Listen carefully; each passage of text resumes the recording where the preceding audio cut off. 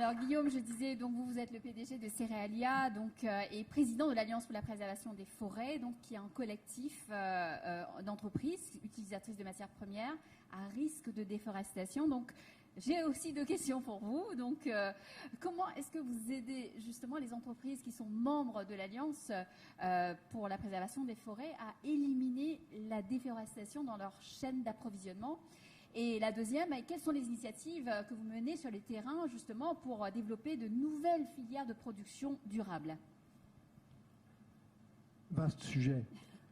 Alors, on a entendu ce matin énormément de choses sur les initiatives technologiques et à la production de ces filières. Moi, je vais vous emmener de l'autre côté de la chaîne de valeur, principalement en Europe, là où on consomme des produits déjà transformés et où on les transforme à notre tour directement vis-à-vis des consommateurs pour des produits emballés ou pas, des produits agroalimentaires, des produits cosmétiques, etc.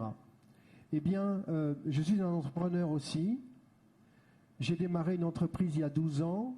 C'était une petite entreprise, une TPE comme on dit. Elle est devenue une entreprise leader sur ces marchés de la boulangerie en Europe et en Amérique du Nord. Et donc, comme mes amis au sein de l'Alliance pour la préservation des forêts, sur ce chemin, on s'est rendu compte que nos filières d'approvisionnement étaient truffées de déforestation.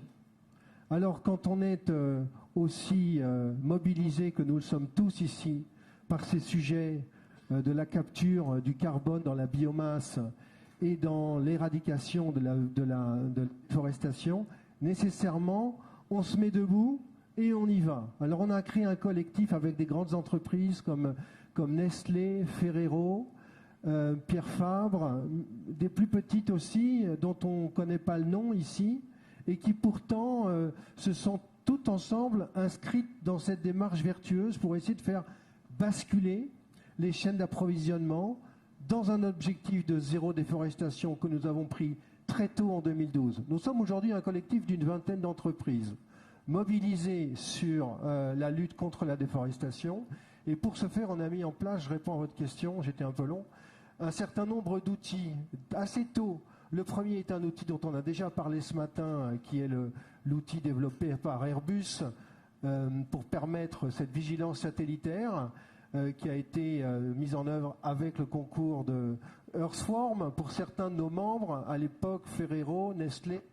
Et puis on voit que ce dispositif est en train de largement se déployer vers d'autres acteurs de la filière, des filières, puisque on a démarré notre action avec l'huile de palme. C'est devenu depuis une action landscape, multicommodité, et qui rayonne sur l'huile de palme, le café, le cacao, le soja maintenant, et d'autres commodités avec un travail colossal à mettre en œuvre.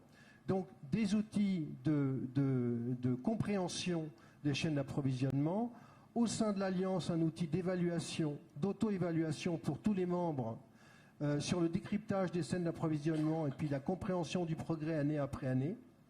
Et puis également des outils, qui ne sont pas des outils, qui sont des initiatives au terrain en collectant les ressources de nos membres pour aller mener des opérations.